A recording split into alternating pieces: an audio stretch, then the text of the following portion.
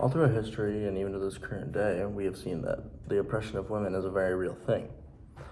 The definition of oppression is the prolonged, unjust treatment or control of an individual or group of individuals.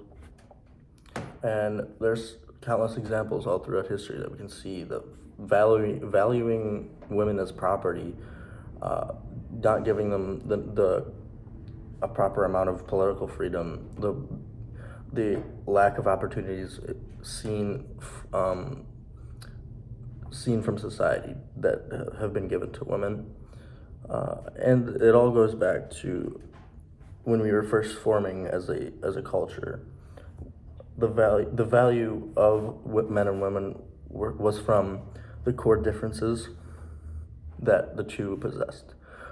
Men were stronger and gained more powerful roles, and women took care of the children and did all of the feminine activities. And as our society evolved, it took these cultural norms with it, and it created an unjust treatment towards women because they were valued less.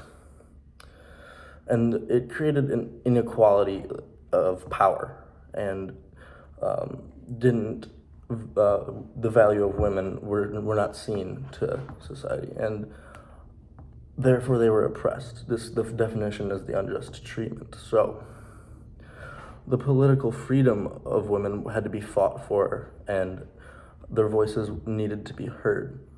The fight came from when women came together and said that they finally had enough and created feminism, which would be the fight for equality, and to finally break free from this oppression that has been seen from the men in society. They had to march and advocate for equal rights for women during a time when the voices of women were not taken seriously, and the men were valued more in terms of politics and overall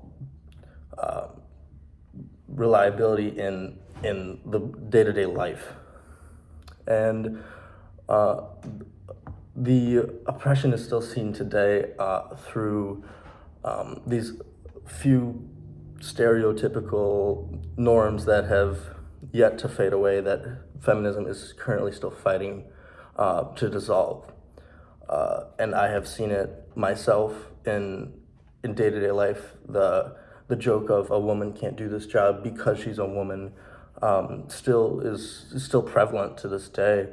And even though as a society we've made many gains in human rights and civil rights, we still have areas that oppression has made its way through. While it's a lesser form of oppression, it's still just as powerful and takes the